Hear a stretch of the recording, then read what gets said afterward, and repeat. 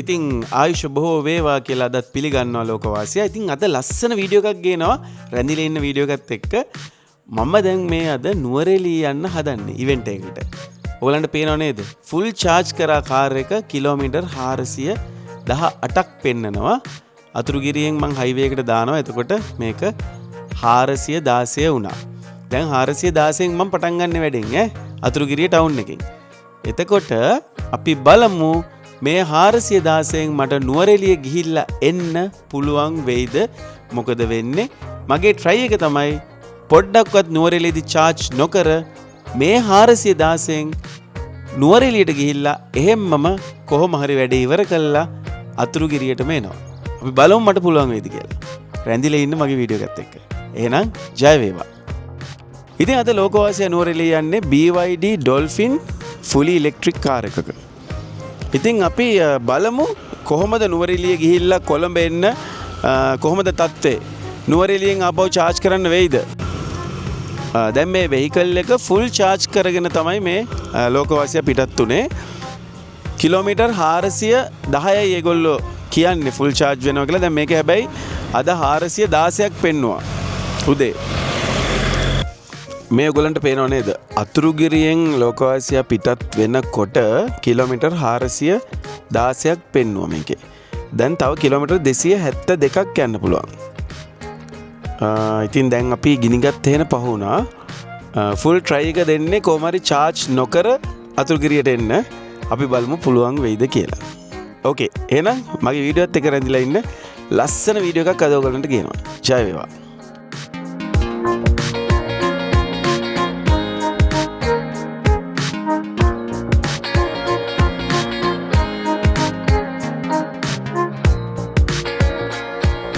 ඉතින් දැන් අපි මේ ඉන්නේ කොටගල.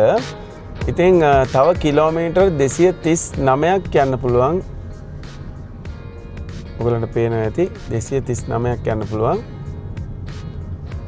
ඉතින් බලමු අපි කොහොමද කියලා නුවරඑළියට ගිහිල්ලා ආපහු එන්න.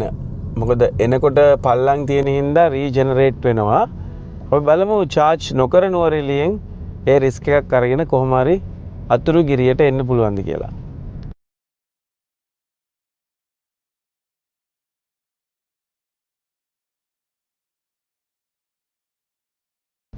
දැන් මේ නානුවය හරිය ඉන්නේ. දැන් නානුවයට ඉස්සෙල්ලා තියෙනවා ලොකුම කන්දක්.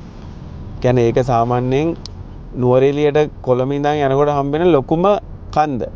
දැන් ඒ කන්දේදී තමයි ප්‍රශ්නේ මතුවෙන්නේ. ඒ කන්දේදී අල කිලෝමීටර් ගණන් අදාළ නැහැ.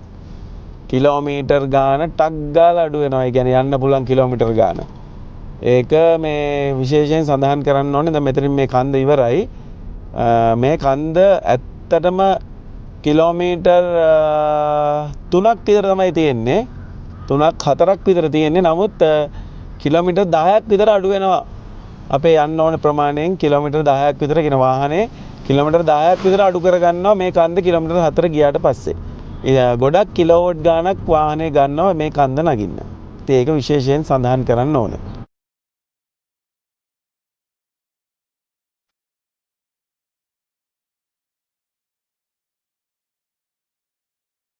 ඉතින් ඔයගොල්ලෝ දන්නවනේ ඊයේ ලෝකවාසියා නුවරඑළිය අරලිය හොටෙල් එකේ ඉවෙන්ට් එකට ආවා. ඉතින් අද තමයි ඉවෙන්ට් එක තිබ්බේ. දැන් ඔන්න ඉවෙන්ට් එක ඉවරයි.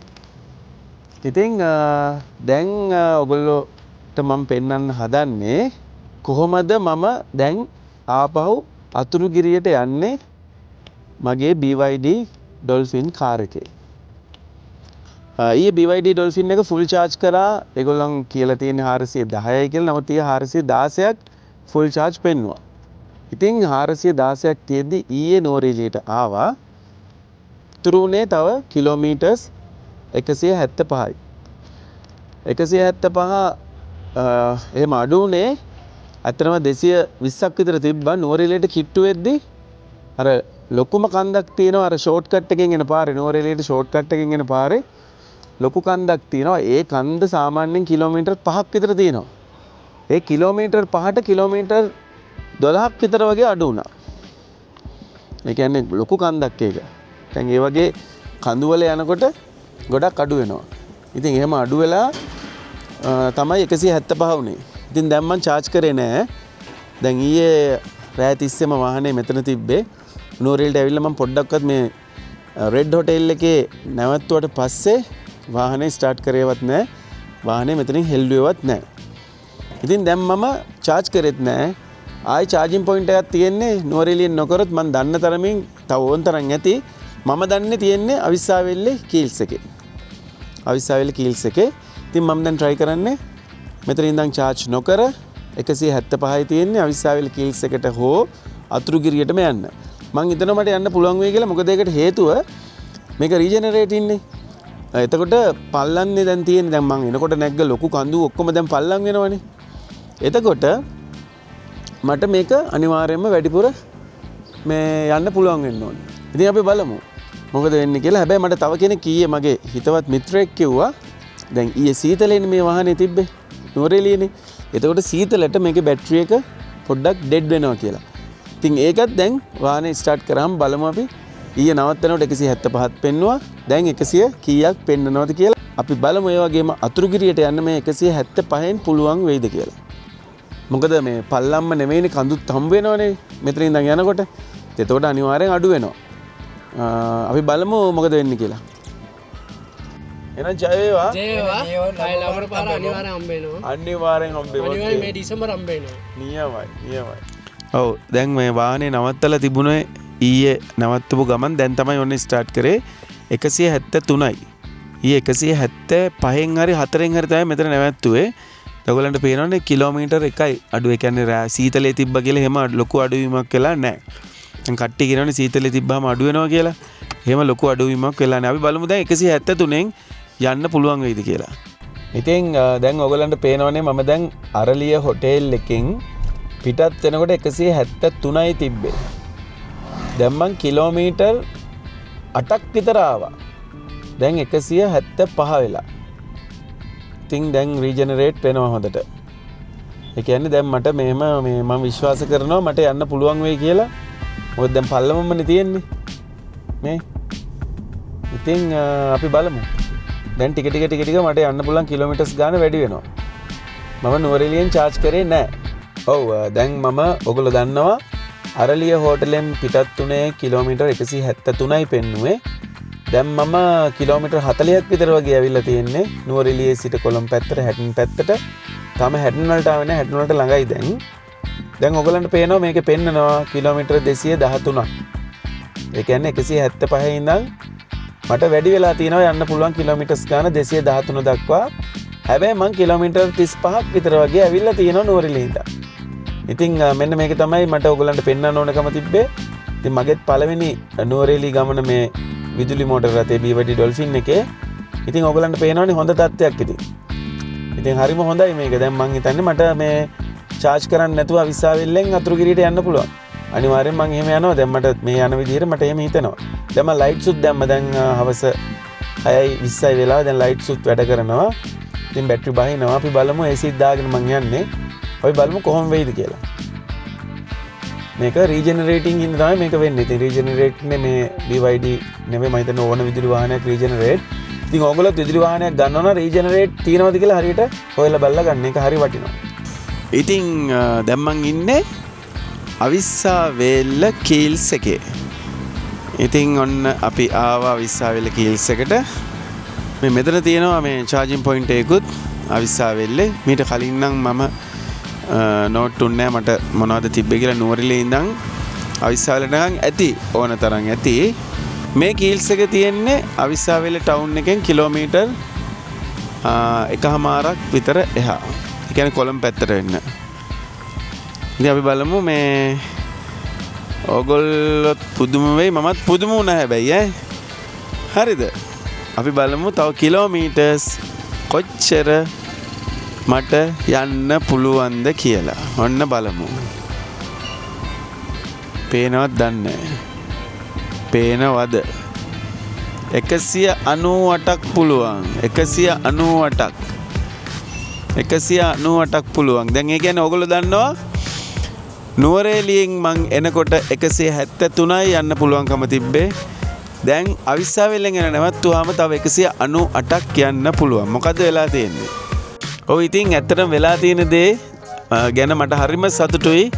මං හිතුවේ නෑ මෙහෙම දෙයක් වෙයි කියලා. ඇත්තටම මං හිතුවේ මං බයෙන් හිටියේ. මට 410ක් තියෙද්දි නුවරඑළියට ගිහිල්ලා අතුරුගිරියේ ඉඳන් ආපහු එන්න කොහොමටවත් එන්න බැරි වෙයි කියලා තමයි මං හිතුවේ. මං හිතුවේ නුවරඑළියෙන් මට අනිවාර්යෙන් charge කරගන්න වෙයි කියලා. හැබැයි මේ රිස්ක් එකක් ගත්තා.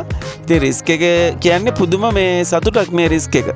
ඇත්තම කියනවා නම් අන්තිමට හිතන්න පුළුවන් දේ කියන්න පුළුවන් දේ තමයි නුවරඑළියේ ඉඳන් අවිස්සා වේල්ලට එන්න 7-5ක්වත් මට වියදම් වෙලා නැහැ බල ශක්තියට. ඒ කියන්නේ ටයර් වේස්ටේජ් එක අනිත් දේවල් වේස්ටේජ් වෙන්න ඇති. නමුත් මට 7-5ක්වත් වියදමක් ගිහිල්ලා නැහැ. මට තව මේ ඇත්තටම මට අතුරුගිරියටම යන්න පුළුවන් මේ කියලා මං හිතනවා. තව 198යිනේ 73යිනේ අර හේන් ඉඳන් ආවේ. ඉතින් ඕගොල්ලෝ පොඩ්ඩක් හිතලා බලන්න මොන තරම් ලාභදායි මොන තරම් වැදගත්ද කියලා මේ ඉලෙක්ට්‍රික් වාහන. ඉතින් මම ප්‍රාර්ථනා කරනවා ලෝකවාසියා බලන මගේ යාළුවෝ හැමෝටම මේ වගේ ඉලෙක්ට්‍රික් වාහනයක් ගන්න ලැබේවා කියලා මම ප්‍රාර්ථනා කරනවා. මොකද ඉතින් හිතන්න එපා මේ අපි අප්ඩේට් වෙන්න ඕනේ. දැන් අපි අප්ඩේට් නොවුනොත් ඔයගොල්ලෝ දන්නවනේ අපිට කොඩක් වලට වෙච්ච වැඩේ තමයි වෙන්නේ. දැන් කොඩක් කියලා ඉස්සර අපි පොඩි කාලේ සිරාම බ්‍රෑන්ඩ් එකක්නේ කොඩක් කිව්වාම ඉතින් ආයි කියන්න දෙයක් නැහැ. වැඩිම ගණන් හොඳම ක්වොලිටි හැමදේම දැන් කොඩක් ආගියතක් නැහනේ. අර ෆොටෝග්‍රැෆි පැත්ත ඔක්කොම ඉවර. මොකද ඒකට හේතුව ඒගොල්ලෝ අප්ඩේට් උනේ නැහැ. ඉතින් අපි හැම වෙලේම අප්ඩේට් වෙන්න ඕනේ. අප්ඩේට් වෙන්න ඕනේ හොඳ පැත්තට. ඉතින් හරිම වටිනවා මං නම් කියන්නේ මමත් බය වුණා මේ මට ගොඩක් අය බය කරා ඉලෙක්ට්‍රික් වාහනයක් ගන්නකොට ගන්න එපා. මේවා හරියන්නේ නැහැ මෙහෙමයි කිව්වා. නමුත් රිස්ක් එකක් අරන් ගත්තා. මම දැන් ගොඩක් සතුටු වෙනවා. මට පුදුම වියදමක් ඉතුරු වෙනවා මේ ඉලෙක්ට්‍රික් වාහනේ ගත්ත එකෙන්. ඉතින් මම කියන්නේ ඇත්තටම මේ රජයෙන් වෙන්න ඕනේ දේවල් මිනිස්සුන්ට ගොඩාක් මේ සහනදායී මිලට හැම ගෙදරටම සෝලර් පවර් එකක් ගන්න මේ හැකියාව ලබලා දෙන්න ඕනේ. ඊට පස්සේ ඉලෙක්ට්‍රික් වාහනයක් බයිසිකලයක් කාර් එකක් ගන්න අවස්ථාව ලබලා දෙන්න ඕනේ. මං හිතන්නේ ඒකෙන් පුදුම විදියට මේ අපේ රටේ දැන් බලශක්තිය ප්‍රශ්නයක් කියලානේ තියෙන්නේ. ඉතින් සූර්ය බලශක්තිය නොමිලේ ලබා ගන්න පුළුවන් පුදුම සූර්ය බලශක්තියක් අපේ රටේ අපතේ යනවනේ අපරාධේ. සූර්යයා නැති රටවල් පුදුම විදියට මේකෙන් ප්‍රයෝජන ගන්නවා නෝර්වේ වගේ රටවල්. ඉතින් ගොඩක් වටිනවා මේ වගේ දේවල් මං හිතන්නේ කරොත් තමයි අපේ රට දියුණුවෙන් දියුණුවට පත් වෙන්නට පුළුවන්. එහෙනම් මේ එක්ස්පීරියන්ස් එකත් එක්ක ඕගොල්ලෝ හිටියා. හරිම සතුටුයි. ඉතින් ඕගොල්ලන්ට යම්කිසි දෙයක් ඔලුවට එන්නේ නැති කියලා මං හිතනවා. ඉතින් ඉදිරියට බය වෙන්න එපා ඉලෙක්ට්‍රික් වාහනයක් ගන්න. කිසිම ප්‍රශ්නයක් නැහැ. දැන් මම මාස 6ක් විතර මේක පාවිච්චි කරනවා. කිසිම ප්‍රශ්නයක් මට නම් ඇති වෙලා නැහැ. එහෙනම් මගේ යාළුවෝ සියලු දෙනාට ජය වේවා. නැවතත් මේ වගේ වීඩියෝ එකකින් ඔබ හමුවට එන්න බලාපොරොත්තු වෙනවා. එතකන් සැපෙන් සනීපෙන් පරිස්සමෙන් ඉන්න. ජය වේවා.